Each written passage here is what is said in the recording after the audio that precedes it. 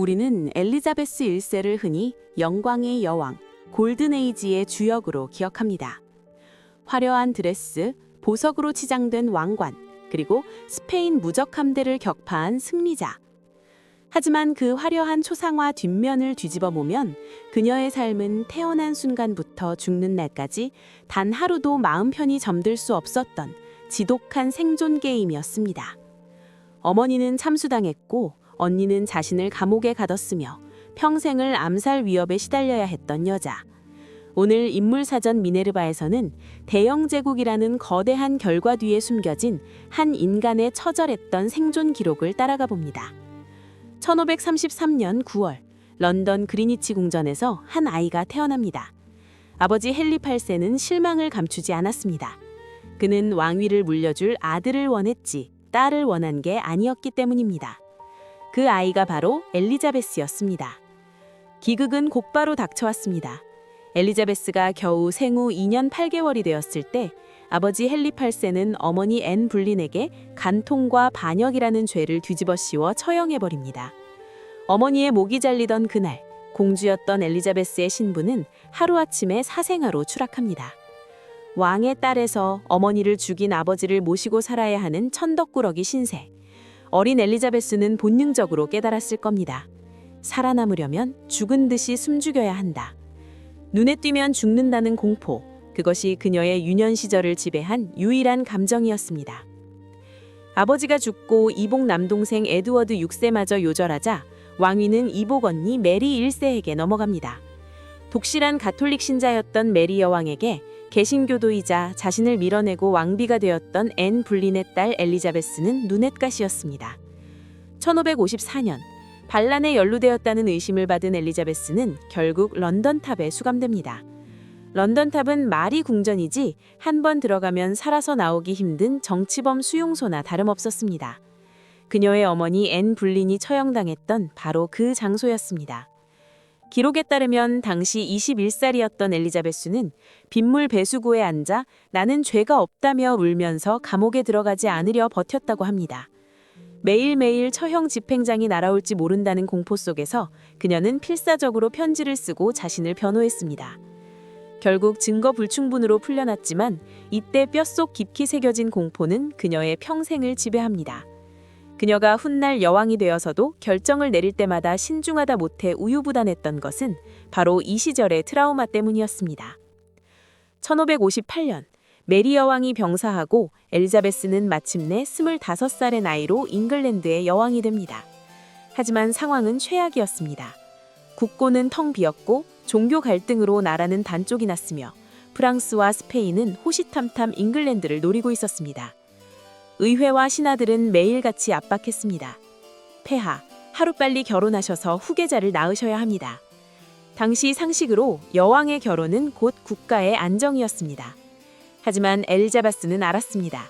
강대국 왕과 결혼하면 잉글랜드는 그 나라의 속국이 될 것이고 국내 귀족과 결혼하면 파벌 싸움으로 내란이 일어날 것이라는 사실을요.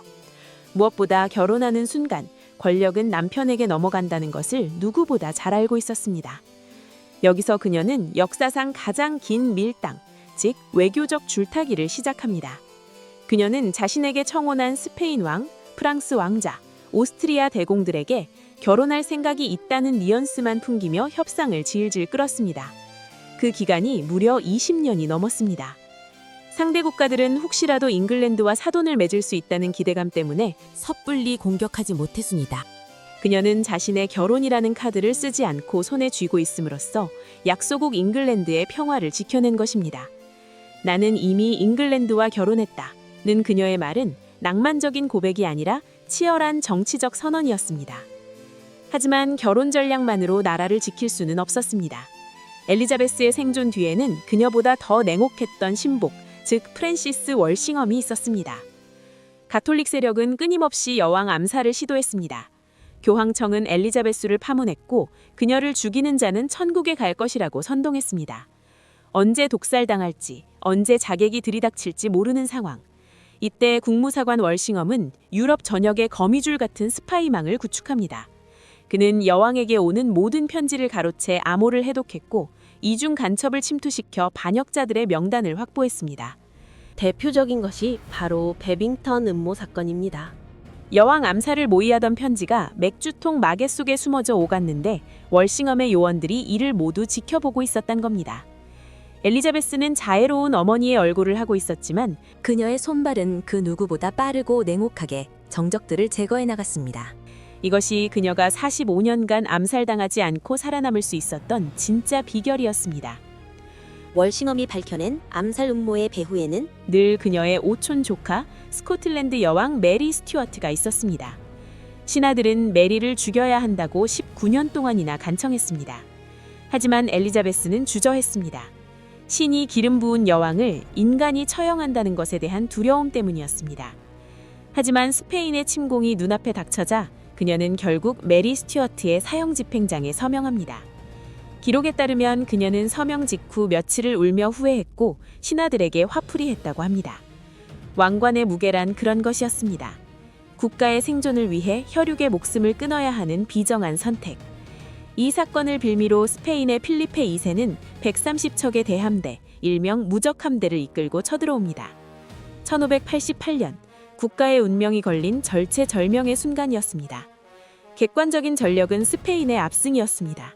하지만 영국군에는 해적 출신의 제독 프랜시스 드레이크가 있었습니다. 영국군은 거대한 스페인 함대가 칼레 항구에 정박해 있을 때 8척의 배에 불을 붙여 적진 한가운데로 밀어넣는 화공전술을 가행합니다. 불타는 배가 다가오자 스페인 함대가 혼비백산하여 흩어졌고 열이 무너진 적들을 영국 해군이 각계격파했습니다. 여기에 마침내 불어닥친 태풍으로 스페인 함대가 괴멸했고 이 기적같은 승리로 엘리자베스는 유럽 변방의 섬나라를 세계의 중심 무대로 끌어올립니다. 전쟁에서의 승리만이 아니었습니다. 그녀는 아버지 헨리 8세가 흥청망청 써버려 파산 직전이었던 국가 재정도 회견해야 했습니다. 그녀는 화폐 개혁을 단행하여 물가를 잡았고 해외 무역을 적극 장려했습니다. 특히 1600년 12월 31일 그녀가 서명한 칙령 하나가 세계의 역사를 바꿉니다. 바로 동인도 회사의 설립을 허가한 것입니다. 이 회사를 통해 영국은 인도와 아시아로 진출했고 훗날 해가 지지 않는 나라 대영 제국이 탄생하는 경제적 기반이 마련되었습니다. 셰익스피어와 같은 문학가가 등장하여 문화의 황금기를 이룬 것도 바로 이 탄탄한 경제적 안정이 있었기에 가능한 일이었습니다. 하지만 국가의 번영과 달리 여왕 개인의 삶은 점점 외로워졌습니다. 노년의 엘리자베스는 천연두 자국과 검버섯을 가리기 위해 납성분이 든 하얀 분칠을 두껍게 했고 빠진 머리카락을 감추려 붉은 가발을 썼습니다. 거울은 보지 않았습니다. 말년의 그녀에게 가장 큰 상처를 준 것은 그녀가 아들처럼 아꼈던 총애하는 신하 에섹스 백작의 반란이었습니다. 자신이 키워준 젊은 신하가 칼을 겨누자 늙은 여왕은 배신감에 치를 떨며 그를 처형합니다. 가장 사랑했던 사람들을 자신의 손으로 제거해야 했던 삶. 그녀는 죽는 직전에 우울증에 시달리며 며칠 동안 침대에도 눕지 않고 바닥에 멍하니 앉아 있었다고 합니다. 1603년 3월 24일 파란만장했던 70년의 생을 마감하며 엘리자베스는 눈을 감습니다. 그녀는 죽는 순간까지 후계자를 명확히 지명하지 않다가 임종 직전에야 스코틀랜드의 제임스 왕을 인정하는 제스처를 보였다고 합니다. 끝까지 권력의 공백을 만들지 않으려 했던 지독한 권력의지였습니다. 엘리자베스 1세, 그녀는 아버지에게 버려진 딸이었고 감옥에 갇힌 죄수였으며 평생 암살 위협에 시달린 군주였습니다. 하지만 그녀는 그 모든 공포를 견디어내 45년간 왕좌를 지켰습니다. 그녀의 치세 동안 영국은 중세의 암흑을 뚫고 근대의 제국으로 도약했습니다. 단순히 운이 좋아서가 아니었습니다. 때로는 냉혹한 첩보전으로, 때로는 과감한 결단으로 철저히 현실을 직시하며 버텨낸 결과였습니다. 역사는 승리한 자의 기록이 아니라 끝까지 살아남은 자의 기록이라는 것을 그녀의 삶이 증명하고 있습니다. 지금까지 인물사전 미네르바였습니다.